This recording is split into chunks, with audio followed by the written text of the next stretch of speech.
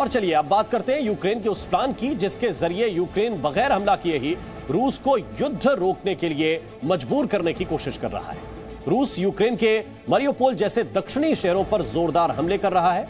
अब Ukraine Mariupol में तबाही की तस्वीरें दुनिया को दिखा दिखाकर अपने लिए समर्थन जुटाने की कोशिश कर रहा है, जिससे रूस पर दुनिया का दबाव बढ़ जाए। यूक्रेन रूस की सेना पर वॉर क्राइम का आरोप भी लगा रहा है, जबकि कुछ तस्वीरों में रूस की सेना यूक्रेन के लोगों की मदद करती भी नजर आ रही है।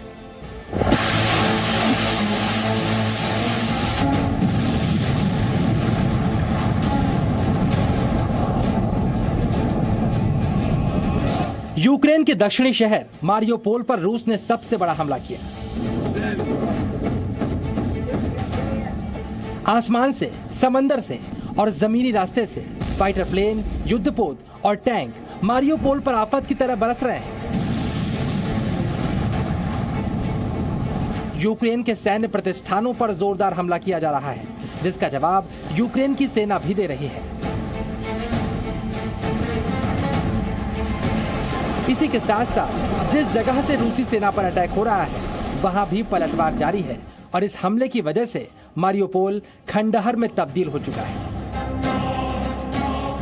एक आंकड़े के मुताबिक मारियोपोल शहर की 80% इमारतों को नुकसान पहुंचा है। इस युद्ध के बीच पलायन और बर्बादी के नजारे भी दिखाई दे रहे हैं। तबाही और बर्बादी की इन तस्वीरों को यूक्रेन सारी दुनिया को दिखा रहा है। यूक्रेन इस तबाही का जिम्मेदार रूस को बताते हुए वॉर क्राइम के आरोप लगा रहा है। यूक्रेन के राष्ट्रपति वोलोदिमीर ज़ेलेंस्की के इस बयान को ध्यान से सुनिए।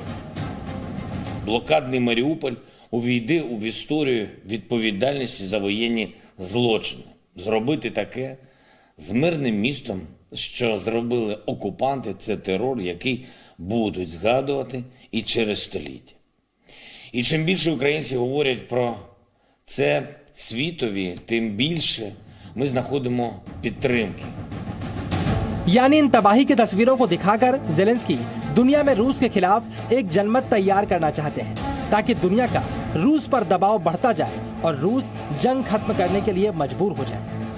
लेकिन रूस दुनिया के सामने बार बार एक ही बात दोहरा रहा है कि हमले तब रुकेंगे जब यूक्रेन और रूस के बीच समझौता होगा। Внутри украинского диалога, но это, наверное, все-таки дело украинцев после того, как вот эта наша операция завершится, и завершится, я надеюсь, подписанием всеобъемлющих документов по тем вопросам, о которых я упомянул. Вопросы безопасности, нейтральный статус Украины при гарантиях। एक तरफ ज़ेलेंस्की दुनिया को यूक्रेन में हुआ नुकसान दिखा रहे हैं, दूसरी तरफ यूक्रेन के बड़े नुकसान का दावा भी किया जा रहा है, जो यूक्रेन के अंदर रूस की सेना का हुआ है। यूक्रेन का दावा है कि उसने 14,700 रूसी सैनिकों को मार गिराया है, 96 एयरक्राफ्ट नष्ट किए हैं, 118 हेलीकॉप्टर्स को भी निशाना बनाया गया है, रूस के 476 टैंक भी नष्ट किए गए हैं, वहीं 1,487 सैन्य वाहनों को भी नष्ट कर दिया गया है। यूक्रेन की तरफ से रूस के 230 आर्टिलरी पीस को भी नष्ट करने का दावा किया जा रहा है। यानी युद्ध में दोनों ही देशों का नुकसान हो रहा है, लेकिन यूक्रेन का आरोप है कि रूस की तरफ से हुए हमलों में यूक्रेन के सैनिकों से ज्यादा नागरिकों की मौत हुई है। वैसे एक तरफ यूक्रेन रूस पर युद्ध अपराधों का आरोप लगा रहा है, नागरिकों की हत्या के आरोप भी लगाए जा रहे हैं, दूसरी तरफ रूस के सैनिक यूक्रेन के लोगों की मदद करते भी दिखाई दे रहे हैं। ये खरसान की तस्वीरें हैं जहां बेसमेंट पे फंसे लोगों की रूसी सैनिकों ने मदद की। इसके अलावा लोगों तक रूस के सैनिक खाना भी पहुंचा रहे हैं। जाहिर सी बात है, अगर रूस के सैनिक यूक्रेन के लोगों को दुश्मन मानते तो ऐसी तस्वीरें सामने नहीं आती।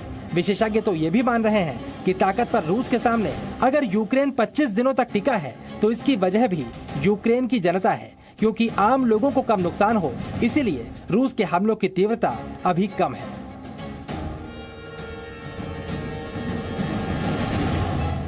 लेकिन अगर नुकसान बढ़ता रहा तो धीरे धीरे रूस अपने हमलों की तीव्रता भी बढ़ाता जाएगा। इधर रूस का कहना है कि वो यूक्रेन के विसैन्यीकरण और यूरोप समर्थित सरकार को बदलना चाहता है, यानी ज़ेलेंस्की को सत्ता से उतारना चाहता है। लेकिन ज़ेलेंस्की हथियार डालने को तैयार नहीं। वो दुनिया से रूस के खिलाफ मदद मांग रहे हैं, अपनी लड़ाई लड़ रहे हैं और एक के बाद एक यूक्रेन के शहर बर्बाद होते जा रहे हैं। Bureau report, ji media. Presenting B News app, available on Google Play and App Store. Download it now.